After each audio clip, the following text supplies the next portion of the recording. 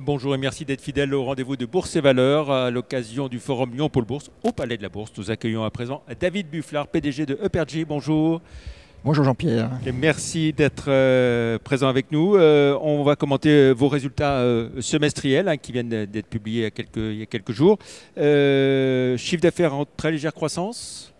Oui, à environ 23 millions d'euros de chiffre d'affaires, plus 4,5% à taux de change constant et plus 3% à taux de change courant. Voilà. En termes de résultats, légère érosion, mais pas oui, alors, pas énorme non plus. On a une baisse de marge qui est due à un décalage dans le temps pour augmenter les prix suite à une hausse de nos prix d'achat. Donc c'est quelque chose qui devrait se corriger au deuxième semestre. Ce qui nous amène à un résultat d'exploitation en légère baisse par rapport à l'année dernière, 900 000 euros contre 1 million.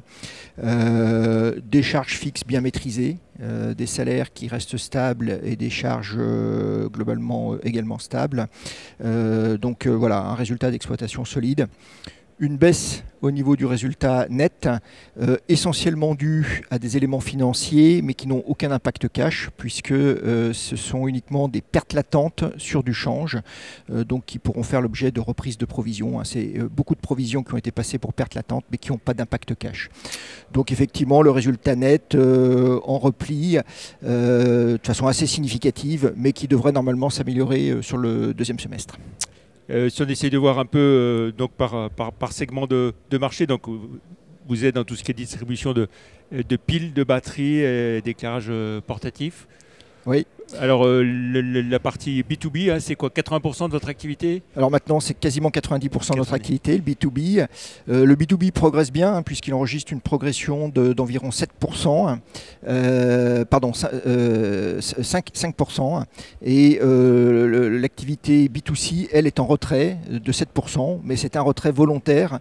Ça vient des magasins qu'on a fermés par le passé et d'une stratégie sur le web qui est moins orientée sur la croissance du chiffre d'affaires que sur la rentabilité. Donc voilà, le chiffre baisse sur Internet.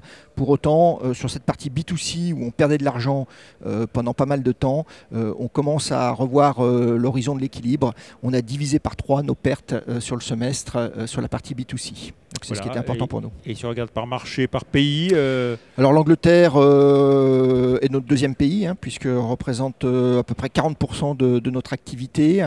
Et puis à peu près 10% sur l'Espagne, l'Allemagne et l'Italie.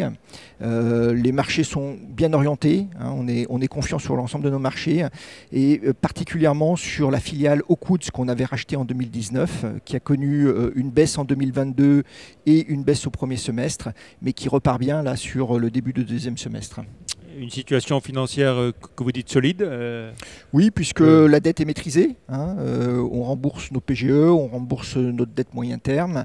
Et donc on a un taux d'endettement de 37% contre 38-39 l'année dernière, 40 en fin d'année. Donc voilà, une dette qui est maîtrisée et des capitaux propres qui continuent à progresser. Si on essaye de se projeter un petit peu jusqu'à la fin de l'année, donc sur l'ensemble de l'exercice 2023, vous voyez les choses comment ?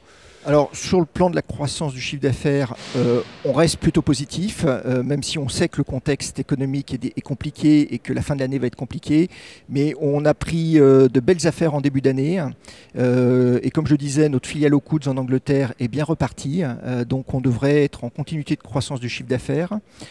Du côté de la rentabilité, nos marges vont également progresser puisqu'on a passé des augmentations tarifaires un peu tardivement en 2023, mais elles ont été passées, ça va nous permettre de regagner de la marge.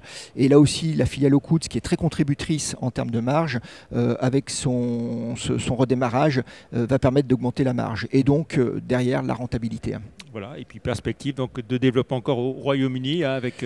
oui, on a une opportunité de croissance externe au Royaume-Uni, voilà. Donc elle a été mise en pause pour l'instant parce qu'on a un vendeur face à nous qui a un peu du mal à trouver du temps pour vendre son entreprise et pour que nous on puisse faire des due diligence qui soient correctes, mais on n'est pas pressé et c'est quelque chose qui va reprendre en début d'année prochaine.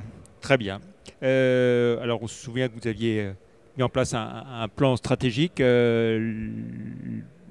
qui a été un peu décalé dans le temps, mais les objectifs restent toujours les mêmes? Alors l'objectif à terme, et on sait que le marché, il y a un potentiel, notamment en faisant du build-up, des rachats d'entreprises, mais également en croissance interne pour atteindre les 70 millions. Ça reste notre objectif à terme. Aujourd'hui, on est quand même sur un objectif également qui est très focus RSE, puisque dans le domaine de la batterie, on a des gros enjeux et des gros objectifs en termes de RSE. Donc on travaille énormément sur ce sujet et ça vient, j'allais dire, un peu compléter notre plan stratégique, notamment pour être leader en Europe en matière de RSE dans d'autres domaines d'activité. Très bien. Merci beaucoup David Bufflard, PDG de Pergy, d'être venu commenter vos résultats semestriels ici dans le cadre du Forum Lyon Pôle Bourse.